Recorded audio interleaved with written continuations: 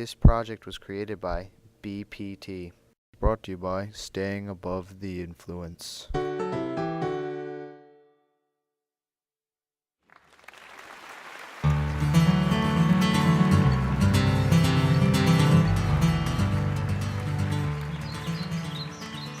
Once upon a time, there was a strange musician walking through the woods all by himself, thinking about this and that.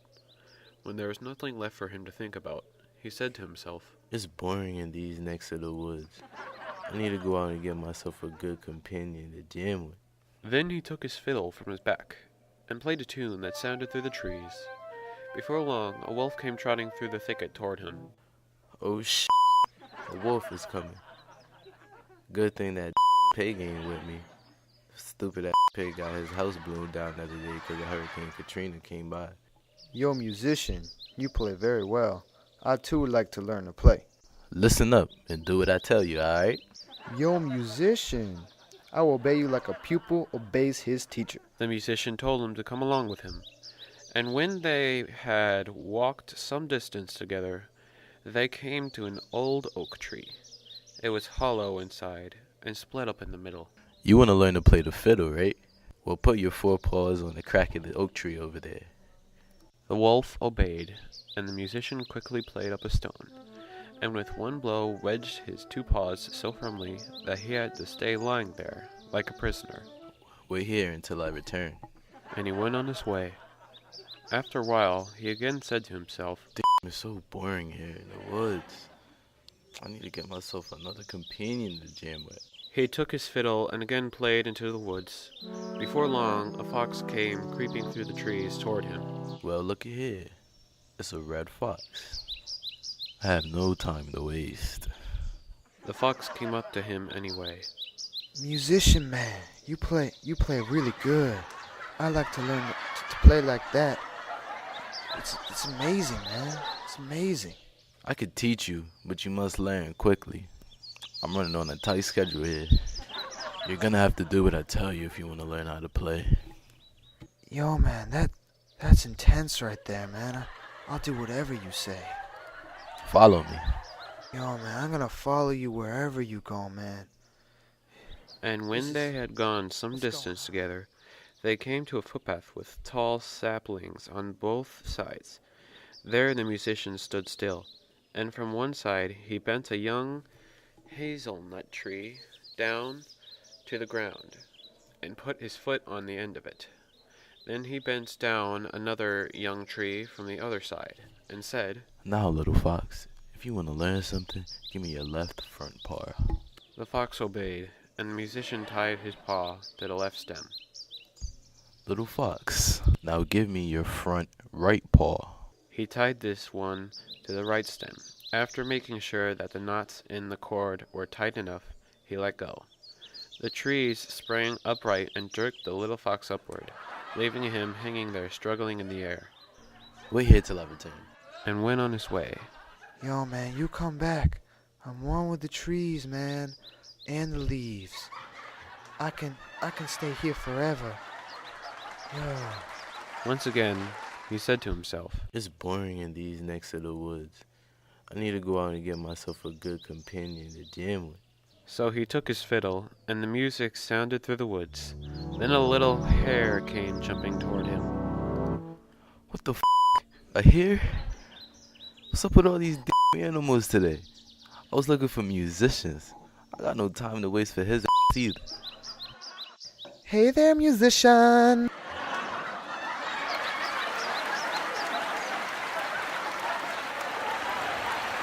Oh my god, musician, you play like so super fantabulously. Please, musician, teach me how to play. "You and the rest of the forest can learn quickly. Just do what the I tell you to do." Alright, I like where this is going. Where the handcuffs at?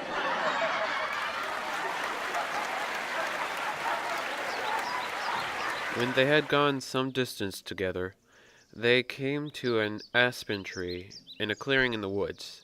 The musician tied a long string around the little hare's neck, then tied the other end of the string to the tree. "Now quickly, run 20 times around that oak tree." Oh, Jesus Christ. I like where this is going. And the little hare obeyed. When he had run around 20 times, he had wound the string 20 times around the trunk of the tree, and the little hare was caught. The more the hare tugged and pulled, the more the string cut into his tender neck. Wait here, I will be back. And he went on his way.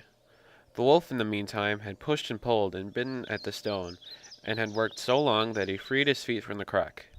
Full of anger and rage, he rushed after the musician, wanting to tear him to pieces. When the fox saw him running by, he began to wail, crying out with all his might. Hey, brother wolf! I'm one with the trees, man. Come join me, man. This is great. Woo! The wolf pulled down the trees, bit the cord in two, and freed the fox, who went with him to take revenge on the musician. They found the tied-up hare, whom they rescued as well. Then all together they set forth to find their enemy.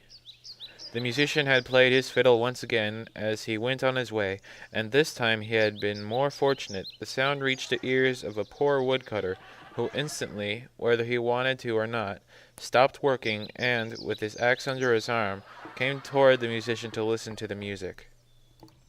At last, they finally put a human in my script. I've been looking for a human being to gym with, not no stinky, dirty animal that's been running around in this boring forest all day. And he began to play so beautifully and delightfully that the poor man stood there enraptured, his heart filled with pleasure. While he was thus standing there, the wolf, the fox, and the hare approached.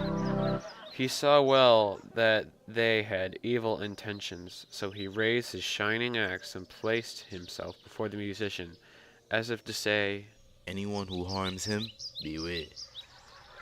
For he will have to deal with me. Then the beasts took fright and ran back into the woods. The musician, however, played one more tune for the man to thank him, and then went on his way.